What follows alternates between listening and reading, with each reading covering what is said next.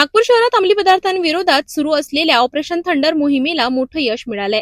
Police आयुक्त Ravindra Kumar single यांच्या संकल्पनेतून राबविण्यात येत असलेल्या या मोहिमेअंतर्गत पाचपावली पोलिसांनी 24 एप्रिल रोजी गुप्त माहितीच्या आधारे सापळा रचला। कमाल चौक शनिवार बाजार परिसरात पोलिसांनी एका संशयित दुचाकीस्वाराला अडविले। चौकशी दरम्यान त्याची ओळख नितेश संजय हेडव वय वर्ष 23 राहणार कपिल नगर अशी पटली।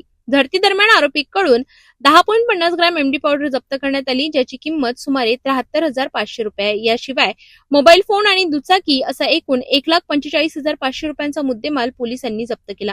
प्राथमिक चौकशीत आरोपीने हे एमडी पावडर त्याच्या साथीदार जगदीश गोखले याच्याकडून विक्रीसाठी आणल्याची कबुली दिली आहे। सध्या जगदीश गोखले हा फरार असून पोलीस त्याचा शोध घेत आहे। या प्रकरणी एनडीपीएस कायद्यानुसार गुन्हा दाखल करण्यात आला असून आरोपीला अटक करण्यात आली आहे। पुढील तपास पाचपावली पोलीस करीत आहेत। टीव्ही पथक पेट्रोलिंग करत असताना शनिवार बाजारमध्ये एक संशयितरित्या दोन पोरं मिळाले। त्यांचे वाहनासहित पळून जाताच त्यांना पकडले आणि पंचासमक्ष झडती घेतली असता 10.50 ग्रॅम एमडी मिळालं, जवळपास 73,500 रुपये किमतीचा।